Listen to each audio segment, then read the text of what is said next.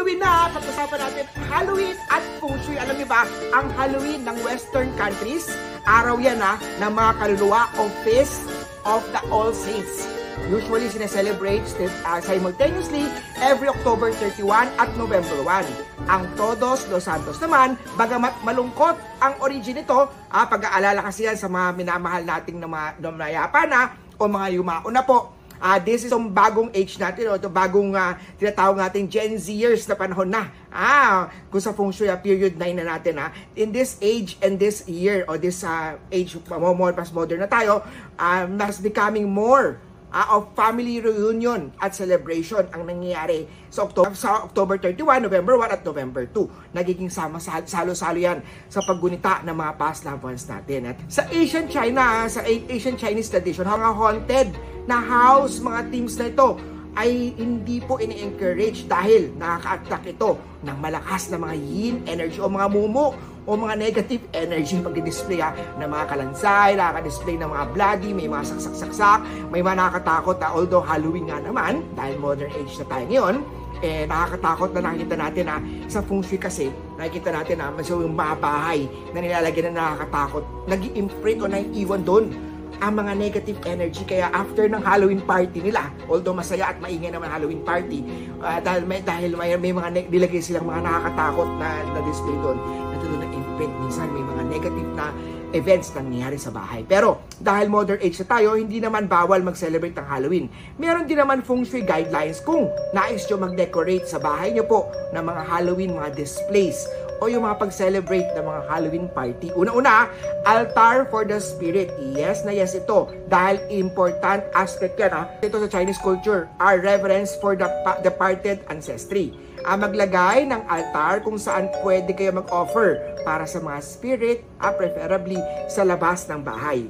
Pwede mag-alay ng mga food, mga kandila, pork, chicken, fish, incenso, kandila, paper money para sa mga past loved ones natin. Importante yan sa Halloween or sa October 31, November 1, November 2, huwag nating kalimutan ang mga past loved ones natin. Yung black and orange na colors, kadalasan kasi party natin, ginaganap yan tuwing fall or autumn. To offset the energy of black combined with orange and red and mga gold colors, yung mga prosperity colors para mas hindi overwhelm ang yin o mga black colors. Sa gabi naman maglagay ng festive lights as decorative, lalo na sa front door para hindi ma-overwhelm ang mga yin energy. Dahil ang dami natin display sa bahay natin na mga konon, mga kalansay, gawin naman natin maliwanag ang bahay natin para hindi puro yin energy. Yung gourd or pumpkin or mga jack o lantern decor at bats or paniki naman ay considered also na swerte o okay yan sa Feng Shui. Ang bats paniki kasi at sumasalo ng pera. Okay po i-display yan lalo sa Feng Shui. Ang mga skeletons, mga ghosts, mga cobwebs ay normally hindi auspicious. May mga kutsilo nakasaksak, may mga dugo-dugo pa, may mga nakalawang mata. Hindi yan okay pagdating sa usapan Feng Shui. Dahil ito ay nagsimbolo ng death or mga struggle sa buhay. Pero ayon sa Feng Shui, okay lang itong decorative na to for party purposes naman. Basta tatanggalin din at lilinisin after the Halloween celebration or occasion natin. Iwasan bawal iwasan ang mga scary games kagaya ng mga Spirit of the Glass. Minsan pagtawag niyo ng mga Spirit of the Glass, nilalaro niyo yung spirito, talagang pumupunta sila.